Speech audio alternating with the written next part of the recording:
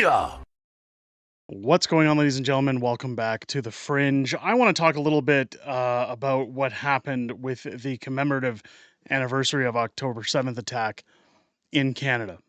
Pierre Poilievre and Justin Trudeau went to a commemorative event to try to give their words, their opinions on what's going on. And Pierre Poilievre essentially shutting Justin Trudeau up and throwing in his face just how disgusting Canada has become. Now, as I go over this information, please keep your eyes peeled because the next video of the channel is going to talk a lot about my opinions and just the insanity that's going on in Canada right now. I've often said that when you look to the streets, when you look at the protests that are going on every single weekend across the country, that these protests make Canada feel like it is not the Canada I grew up in. This is not Canada anymore. I think that when it comes to these wars that have nothing to do with us, that Canada right now, at a time when we're vulnerable, at a time where our military has been expunged, where we have nothing to defend ourselves in any kind of war, that we should merely be minding our business and looking after our own citizens who are living in tents, who can't afford to pay their mortgages or their rents, people who can't afford to even get to work or feed their children. I've often said that what Justin Trudeau is doing is virtue signaling and money laundering, and Pierre Poilievre throws that in Justin's face during this commemorative event, and I'm going to get into that. But first, what I want to get into is what led to that. If you're watching the House of Commons, which, again, is rumored to be getting absolved until the new year, again, that's speculation, that Justin Trudeau is still refusing to hand over documents to his green slush fund. He's essentially just going to ride out the clock, which could trigger an election sooner than later. A lot of people chimed in on yesterday's video and said, they feel that, hey, if I don't go to my job, I get fired. These guys shouldn't be getting paid if they absolve Parliament. They just went on holidays. Now they're going to go on a holiday until the new year. How is this feasible with the Canadian government? When does the government work for its people? I want to play what Pierre had to say. Now, again, I just want to kind of paint a picture here, paint a broad perspective as to what's happening, so that you guys understand that I'm not weighing in on anything in terms of religion, anything in terms of what's happening on the other side of the world. The problem is what it's doing to Canada. We all know that when Justin Trudeau ran in the last federal election, he used the pandemic as a fear pusher to get people to vote for him. He scared people into giving them his votes at a time when his popularity was tanking. We've seen this work with people like George W. Bush after a 9/11 attacks by stating basically, if you don't vote for George Bush, well, you're putting yourself at risk. We're not going to be able to go after the bad guys that did this. And you want security, don't you? Well, you should vote for George W., even though he displayed large amounts of incompetency, but nothing near the level of what Justin Trudeau is doing or has done in his last 10 years. Let's take a listen to what Pierre had to say, and then we're going to get into this commemorative event. There was ever a day when we needed a government to stand up for what was right, this would be that day.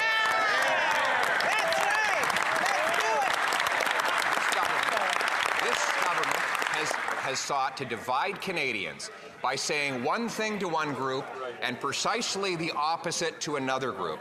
And here in this House, remaining radio silent on condemning anti-Semitic chants and on supporting Israel's right to truly defend itself by retaliating against the terrorists and tyrants. Why won't she do the right thing and stand beside the Jewish people today? Yeah.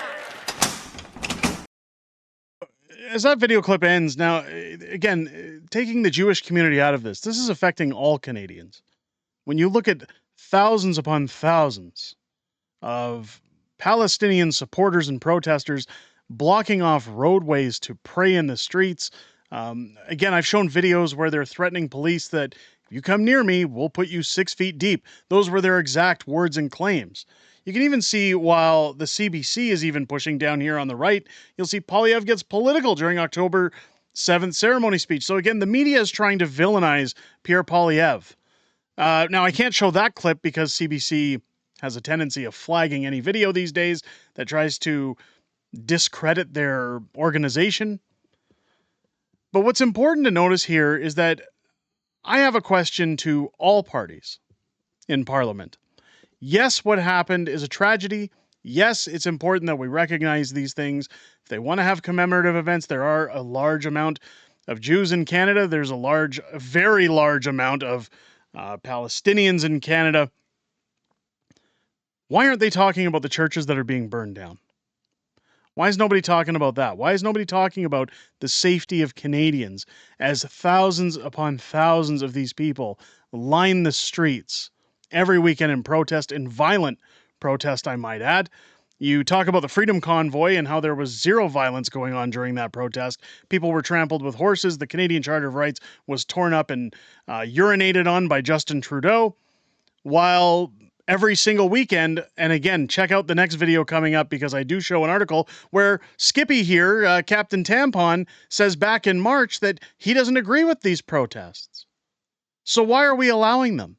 Why are they growing en masse in every major city across the country? If you've looked at Toronto, and again, I show you a lot of examples in the next video, it's becoming a point where if you look at what happened in the UK, as soon as people had something to say against the protests and the behavior of people from outside our country that are shoving their views down our throats, so to speak. I'm trying to think of the best way to say these things to avoid the censorship, folks.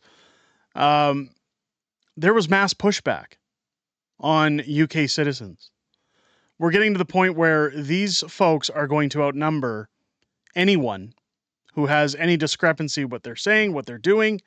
We've seen Palestinian protesters bar off university grounds, saying that if you're Jewish, you're not allowed to go through. If you're white, you're not allowed to go through.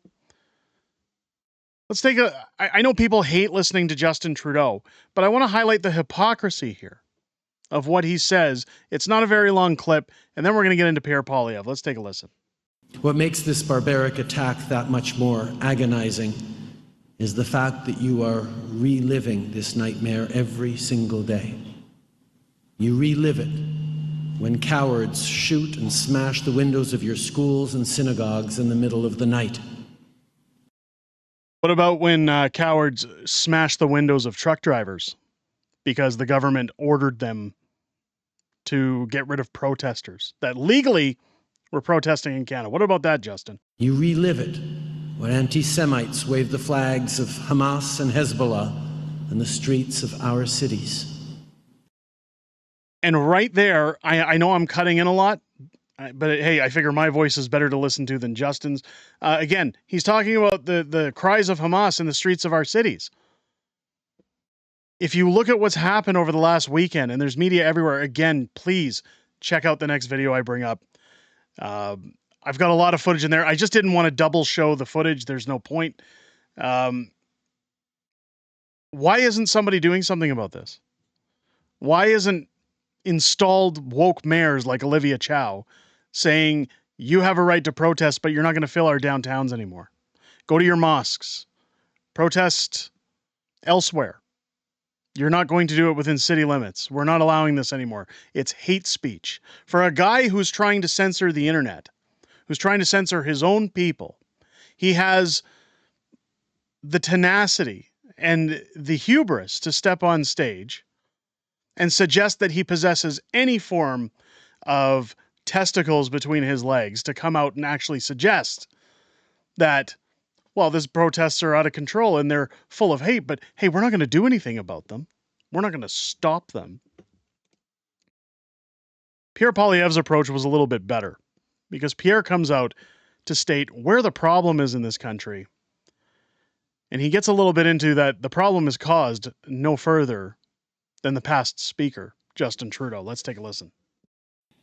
After watching the Jewish homeland torn apart by this genocidal attack, now they see the same motives and vicious hatred carried out on our very streets, with a staggering increase in hate crimes, most of them directed at the Jewish people. Why now? Why now? Now, we might say, well, of course, because tensions are inflamed by the war between Hamas and Israel. But wait, this is not the first war that Israel has had to fight. There have been countless wars where Israel has had to defend its very existence. And those wars did not spill onto Canadian streets. In 2000, it's true. It's true. In 2008 and 2007, 2006, when Israel was forced to fight back against Hezbollah in Lebanon, there was no violence on our streets. We did not have hate crimes overtaking Jewish communities, protests at Jewish hospitals, Jewish homes, Jewish businesses. When there was conflict again in 2014, that did not spill into our streets. So why now? Why all of a sudden has this hatred found such a home? Before Pierre gets into it, I can tell you why. Because this is the division that Justin Trudeau needs going into his next election. This is all optics. Now, I don't want to say anything offensive to those in the Jewish community because I support the Jewish community. I support every faith so long as you're practicing it under the noblest of intentions. But what these two gentlemen are doing at this commemorative event is nothing further than padding their own egos, their own optics.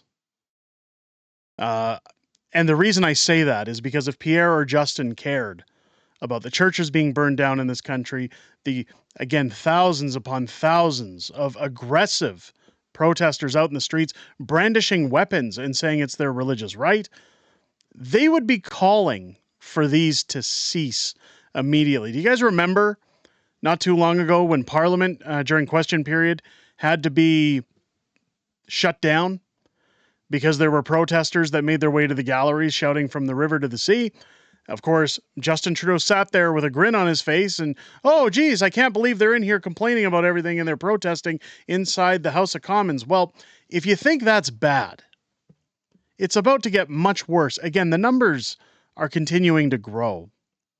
We have a major problem on our hands. For as long as any party, whether you're the opposition, whether you're the head of the House, if you do not speak out against this, the growing numbers, the security risks, not just the Jewish community, but everyday Canadians that are now at risk because of this, as far as I'm concerned, you don't care about Canada. This needs to stop. It is not our fight. We don't live in Israel or Palestine. We live in Canada.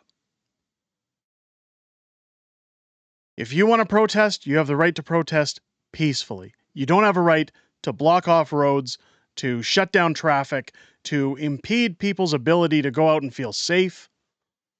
Let's continue. Here in Canada. Now, some say it's because our people are flawed. The government needs to fix the people, censor the people, better control and corral the people. Well, is it really the people who are the problem? It wasn't the people who appointed Laith Maruth, an anti-racism expert, after he had said, and I quote, "Life is too short for shoes with laces or for entertaining Jewish white supremacists with anything but a bullet in the head. Given a Government of Canada grant, this individual, supposedly, to fight racism."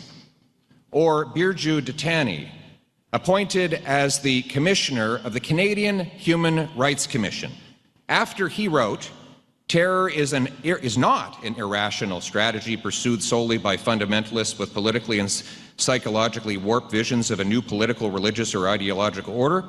It is, in fact, a rational and well-calculated strategy that is pursued with surprisingly high success rates." The head of our Human Rights Commission.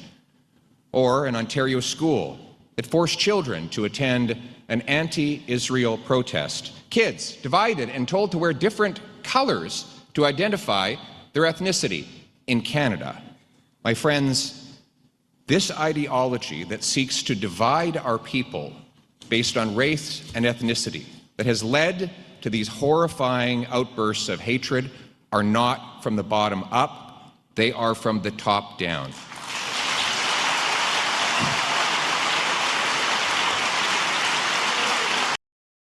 Now, again, I think Pierre couldn't have said it better. And am I saying that Pierre Poilievre isn't going to do anything about what's going on? No, certainly not. My questions are, why are we standing and giving these heartfelt speeches instead of doing something, speaking out constantly to try and stop this? Am I saying Pierre's never mentioned it in the House of Commons? Of course not. He's mentioned this on many occasions.